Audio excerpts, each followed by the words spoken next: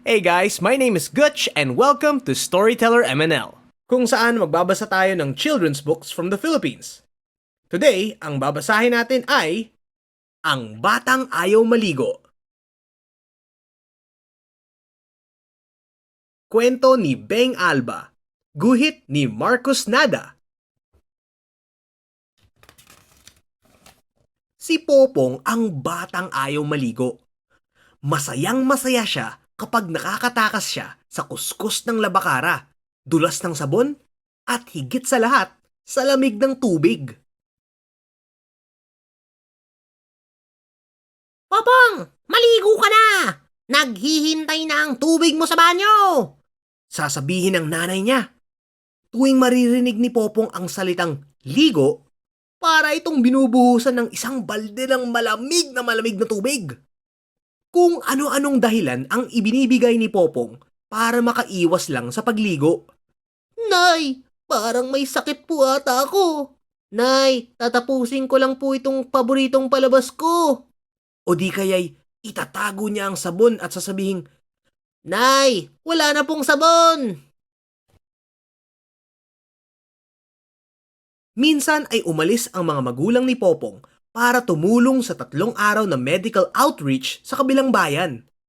Iniwan nila si Popong sa kanyang lola. Laking tuwa naman ni Popong. Apo, naligo ka na ba? Tanong ni Lola Erlinda. Opo, Lola. Sagot naman ni Popong. Tingnan po ninyo. Basa pa nga po ang buhok ko. At bagong palit pa ang sando ko. Pero ang totoo'y binasalang niya ang kanyang buhok at pinalitan lang niya ang kanyang sando.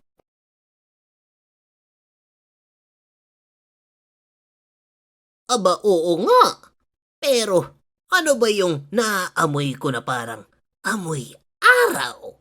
Tanong ni Lola Erlinda. Si Blackie po yun, Lola. At itinuro ni Popong ang alagang aso. Sa unang araw na wala ang mga magulang niya, libreng-libre si Popong. Wala siyang ginawa kundi maglaro sa loob ng bahay. Inilampaso niya ang katawan sa sahig. Siniksik ang sarili sa ilalim ng kama. Yippee! Walang pasok! Wala si nanay at tatay. At syempre, walang ligo.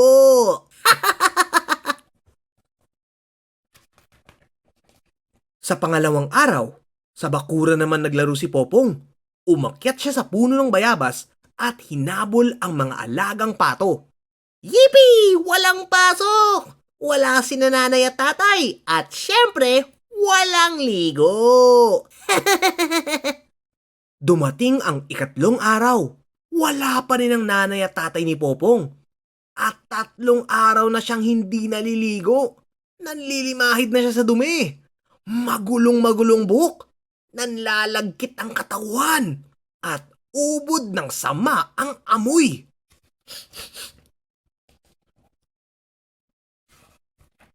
Apo, gumising ka na. Abay, mahuhuli ka sa klase. Sigaw ni Lola Erlinda.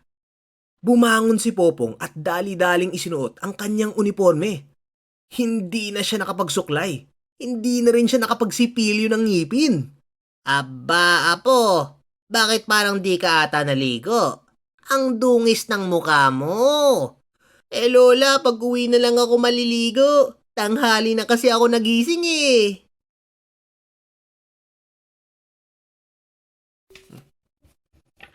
Masayang pumasok sa eskwela si Popong dahil muli niyang makakasama ang kanyang mga kaibigan.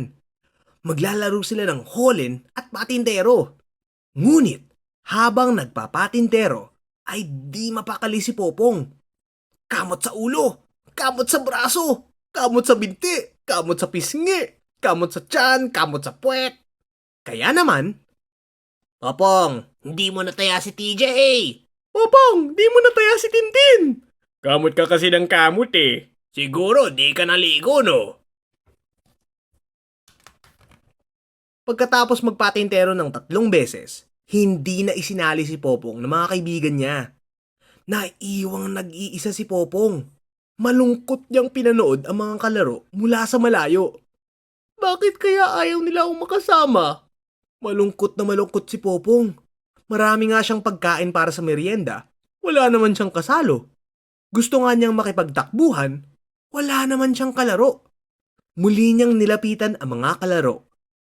Uh, Pwede bang sumali ulit sa inyo? Pwede, Popong. Pero, kung nakaligo ka na. Sigaw ng mga kalaro niya. Sabay nagtawanan. Tiningnan ng maigi ni Popong ang kanyang mga kaklase. Napansin niya na ibang-iba nga ang itsura nila sa kanya. Maayos ang kanilang buhok. Malilinis ang kanilang mga muka. At mapuputi ang mga ngipin.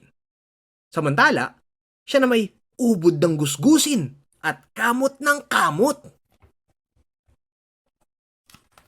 Dali-daling umuwi si Popong.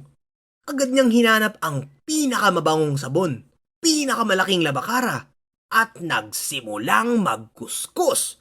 Kuskus dito, kuskus doon. 1, 2, 3 buhos ng tubig. Kuskus dito, kuskus doon. 1, 2, 3 buhos ng tubig. Sa kauna-unahang pagkakataon, naramdaman ni Popong na masarap palang maligo. Masarap pala ang pakiramdam ng katawan kapag nililinis ng sabon at hinuhugasan ng tubig. Ni hindi niya napansin na malamig pala ang tubig. Pagkalabas ng banyo, may isang sorpresa na naghihintay kay Popong.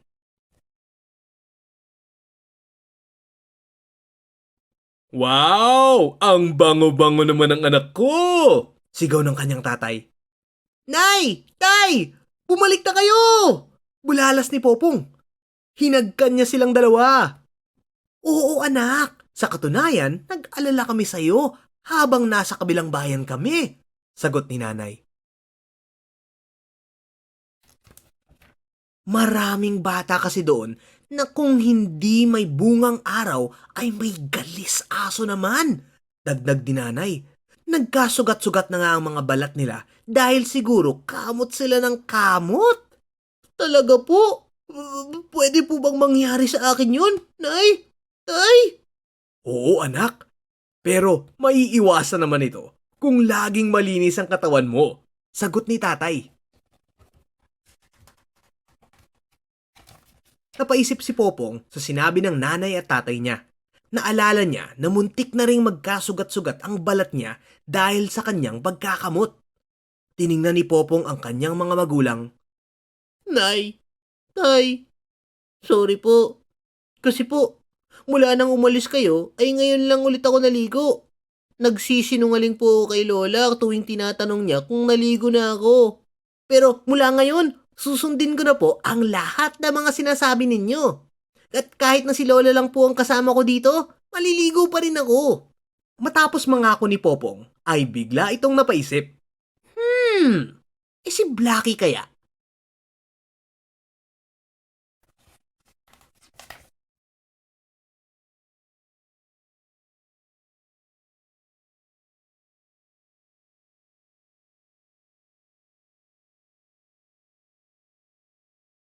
Ang batang ayaw maligo.